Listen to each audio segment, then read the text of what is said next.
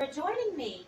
Today I'm going to be cooking up a little something for my vegan friends because they get hungry too. It's going to be a cornmeal mix. Okay, it's going to be seasoned. It will be for things like fried green tomatoes, fried squash, that sort of thing. So it's a brand new recipe. I'm experimenting with it, so this is kind of an experiment. And I'm also going to go gluten-free with this. But I can't put gluten-free on my labels because I don't send my products off for testing. In order to put gluten-free on something, you have to send it to a lab and have it tested. But I did my research, and I found that Great Value, which is a Walmart brand, Creole seasoning is gluten-free according to a search I did on the internet. And this is labeled gluten-free, and this is basically a cornmeal for tortillas, tamales, etc. And it says gluten-free right there on the top. So what I'm going to do is I'm going to inspect my packaging for rips and tears, any kind of food tampering, anything like that, okay? Because, when you produce a food product, you have to protect the public. I'm going to do the same thing here. I'm going to inspect my safety seal.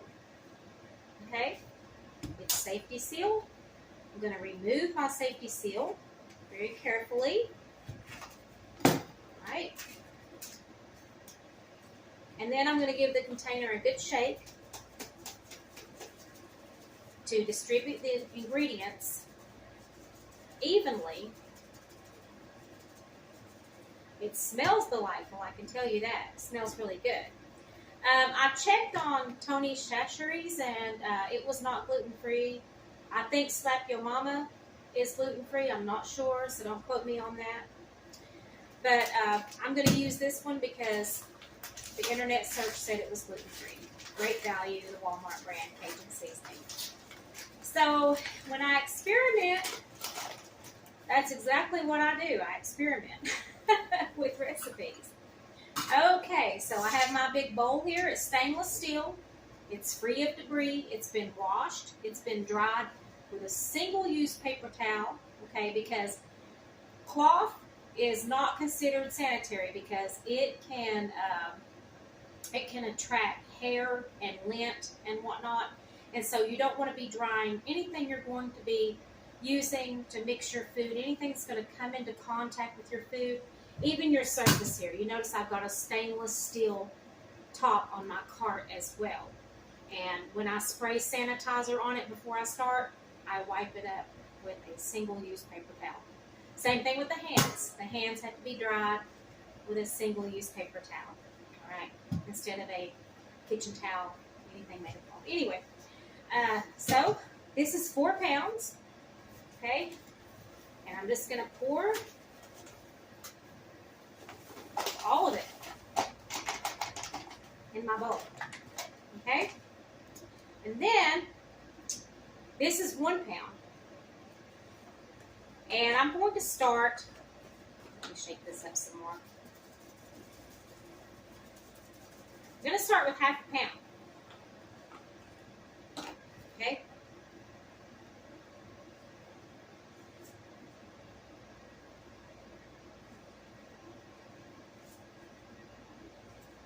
Okay, that's about half a pound. All right.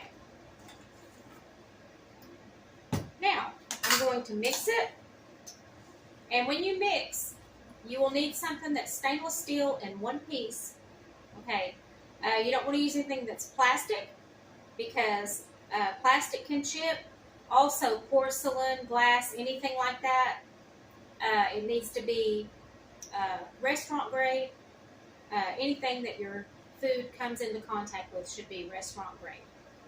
And one piece, nothing that can break off into the food or chip off or whatever. So now I'm going to just stir this up.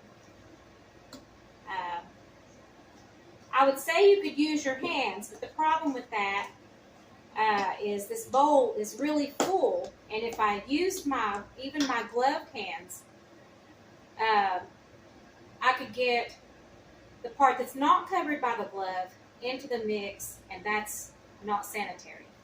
So I'm going to use a spoon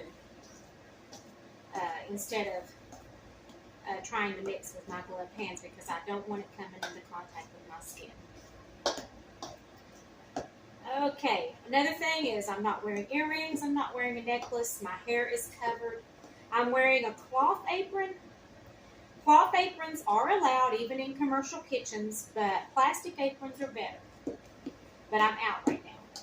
The reason plastic aprons are better is you can remove them and replace them every time your apron gets soiled, or just have several cloth aprons, because, you know, during a day of production, chances are your apron is going to get messed up, and so you don't really want that. Also, with food production in the home, which is allowed in some states, it's called cottage food. So there are cottage food laws. I'm in Tennessee, and so I'm complying with cottage food laws. Okay. Anyway, they do allow you to produce food in the home in Tennessee as long as it's considered non-potentially hazardous. And dry spices are non-potentially hazardous. Now, I do not put brown sugar in anything because it is moist, and so it could set up mildew or mold or bacteria or whatever, and so I don't use anything like that.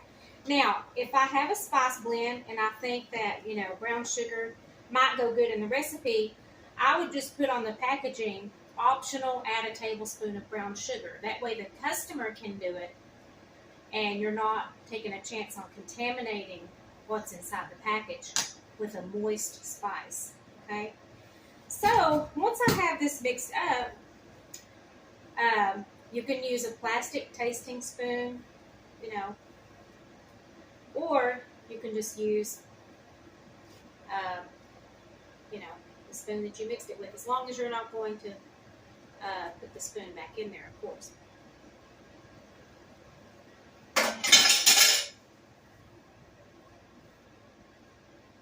What I'm tasting for right now is salt level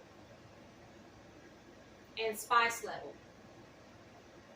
And I'm trying to imagine what this is going to be like after it's deep fried. Not deep fried, shallow fried on a fried green tomato. My opinion is that it needs some more. Okay, so I put half a pound. Okay, I'm going to put, let's see. I'm not going to use all of it, so I'm going to use about half of what's left. So that would be about 3/4 of a pound, right? And then using a brand new clean spoon, I'm going to give it a stir. I'm going to mix it really well. Another way to do this is to use a very, very large food safe, food grade plastic bag, like a 5-gallon Ziploc or something like that, and then you could mix it inside that bag. So that's another way you can do it, as long as it's a food grade bag. You know, that's fine. Anything that you work with needs to be food grade. Like some people would mix this in a 5-gallon bucket. That 5-gallon bucket has to be food grade. It can't be something you bought at Home Depot. You have to buy a food grade bucket. And no pets in the home. Because, take my husband for instance, he's allergic to dogs. And let's say I mix up some spices and I have handled a dog, or there's a dog in the house or whatever. And somehow that gets in the food. It causes somebody to have an allergic reaction. So no pets in the home, and anytime, you know, even if you had one outside that you tend to, or pet or whatever, you would need to come in and shower, decontaminate yourself, put on some clothes that are free of any dander or pet hair or anything like that. All right, you get the idea. You have to protect the public, even if you're producing at home. And as a matter of fact, I think it's even more so. Okay, basically, I have worked in a shared commercial kitchen before, and I operate as if I was still in the shared commercial kitchen. Okay, you can't go wrong if you do things that way. So I'm going to take another taste of this.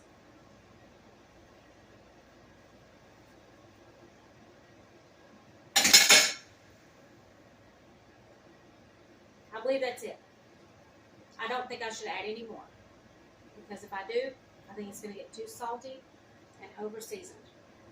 So now it's time to test this recipe on some fried green tomatoes or some green tomato slices. So that's coming up next. So stick around.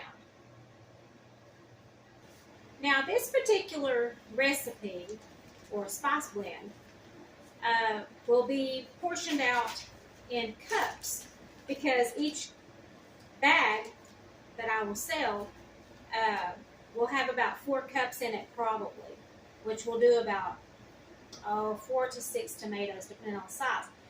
So what I need to do is I need to find out how many cups this mixture makes.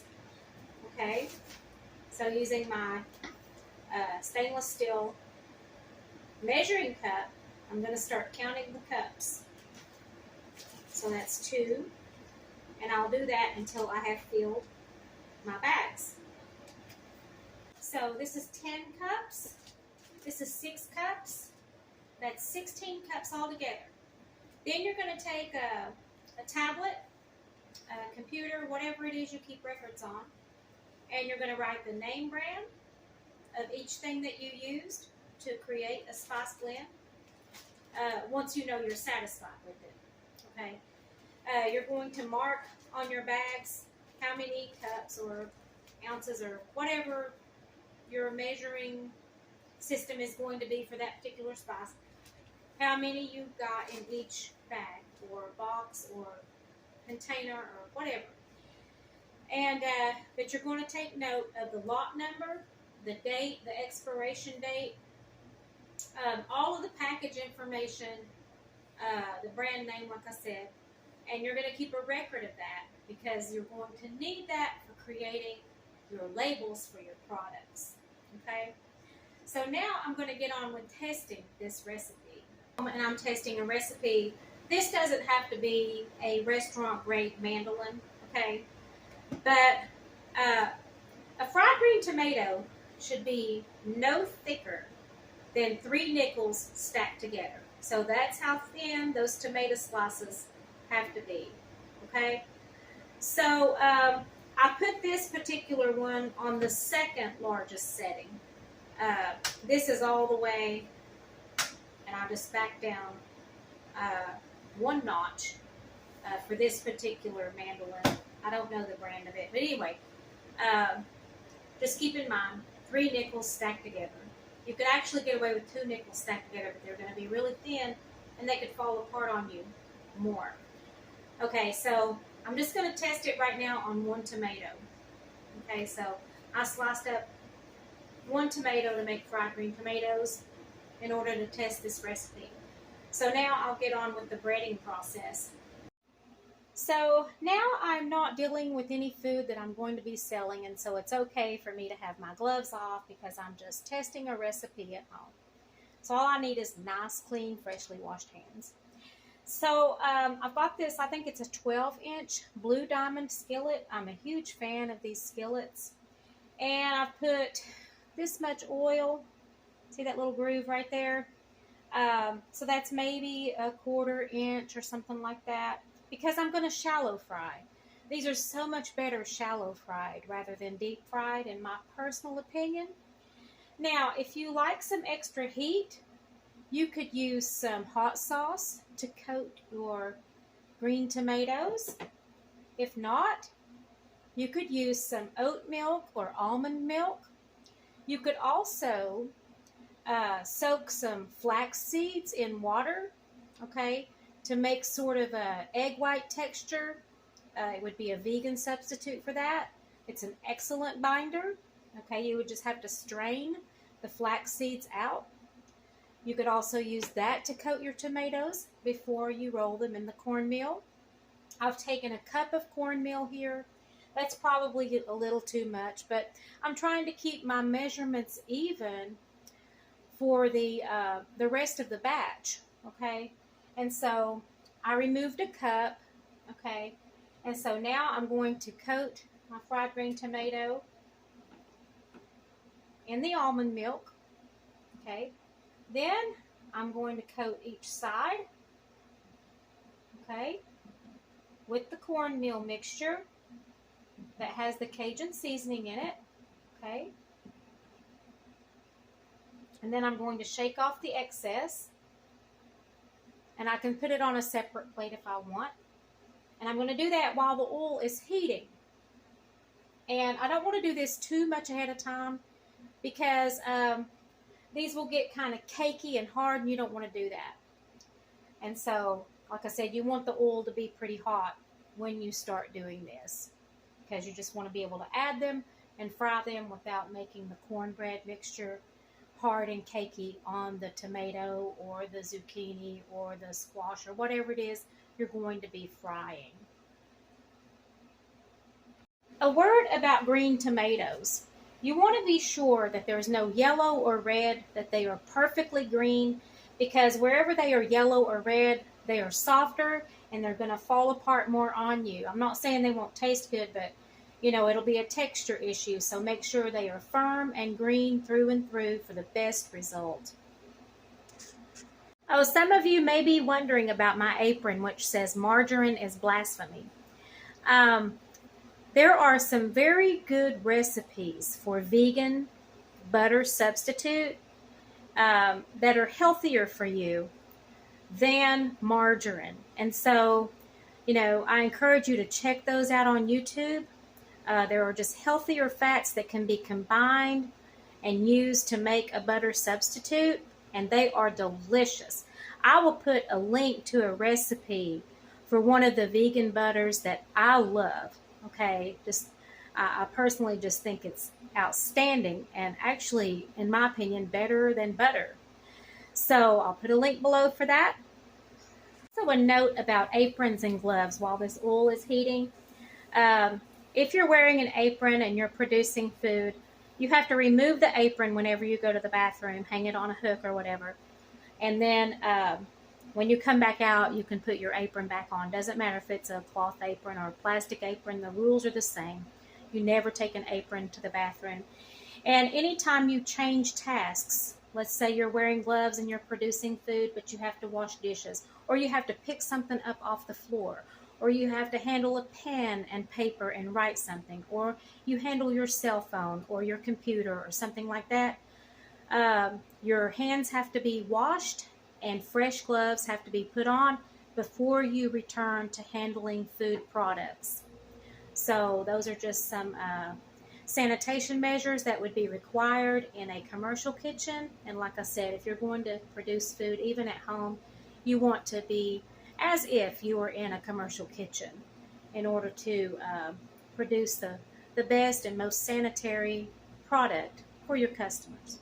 So I think the oil now is hot enough.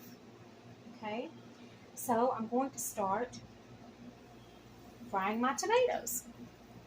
And you see how the top isn't really covered when I put that first tomato down? That's about what you want, because by the time you get all your tomatoes in here, the oil will kind of cover your tomatoes, but it will still be shallow frying, not quite the same as deep frying. Okay, and you want to wait until the oil is sizzling. Okay, and so I'm going to watch these. Okay, and you could do these in an iron skillet if you want, but I think this Blue Diamond is a lot better. And I'm going to turn this down from 10 to 8 now, because I don't want to start a grease fire. Okay, and when I'm golden brown on one side, I'm going to give them a flip. Also, I moved these around a little bit so that the tops would get covered with the hot grease. Little note about fried green tomatoes. A lot of people say, oh, I hate fried green tomatoes. Usually when somebody hates fried green tomatoes, they had them prepared not properly. One of the most common mistakes, even restaurants do this, is panko breadcrumb kind of a breading. Panko doesn't go very well with fried green tomatoes. I've tried it in several different restaurants and I hated it. It tastes like plastic. I hate panko breading. But anyway, another thing is slicing them too thick, because what happens then is the breading gets golden brown, but the inside isn't done yet. So that's why that 3 nickel thickness rule is the best rule to go by. Okay, so I'm going to check one of these to see if we have golden brown on one side, and we don't. We don't. So we're going to leave it there. You don't want to keep turning these and turning these and turning these. You only want to turn them one time. Now, if you want to make a sauce, there's vegan ranch, there's vegan remoulade. You can make a vegan remoulade sauce using vegan mayonnaise. There's plenty of recipes on the internet. There's vegan Thousand Island that's really delicious with these. And I like to serve fried green tomatoes on a bed of grits. That's my favorite way to have them. But you have them any way you want, just as a simple side dish. But I like them on a bed of grits with a drizzle of remoulade sauce. Another important note about fried green tomatoes. This is not a job for olive oil. This is not a job for any kind of oil that has a strong flavor. You want peanut oil, maybe, because it has a high flash point. I'm using vegetable or canola. I know the jury's out on canola oil. It might not be the healthiest, but it needs to be along the lines of a flavorless oil, because you don't want anything to skew the flavor of the seasoning blend, the breading that is on the fried green tomatoes. Now I'm going to check to see if we have golden brown yet. Now they're going to cook at different rates depending on where they are in the pan, and I don't see that they're golden brown on one side yet, so I don't want to flip them yet. Personally, as far as a binder goes, I'm going to recommend the flaxseed and water binder, okay, which is an egg substitute. I'll put a link in the description box below for that, because you want this to stick. You don't want it to come off. Like I used a milk breading, almond milk, and some of it has come off of one of the tomatoes. And so you want to try to have a more perfect coating, okay? And you have to be careful when you turn them, because you can tear the coating when you turn them, okay? So these were ready to turn, so I went ahead and turned them. The others need a little bit more time. Like I said, it's going to depend on the heat distribution. You may have to turn them at different times. So I have a couple now that are ready, okay? And they have a good, well-cooked texture, all right? And so I'm going to bite into it, give it a try. Well, my goodness, I can't get that. Okay, yeah, I'm not liking the milk as the binder for the cornmeal batter. I think, like I said, the flaxseed and water recipe would be better, but I'm going to give this a taste and see where we're at.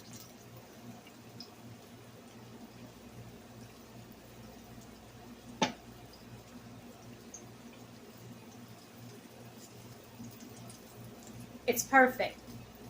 I'm so glad that I stopped with the Cajun seasoning. I did 3/4 of a pound instead of a full pound to 4 pounds of cornmeal. And it's outstanding. The salt level is perfect. They're not too salty.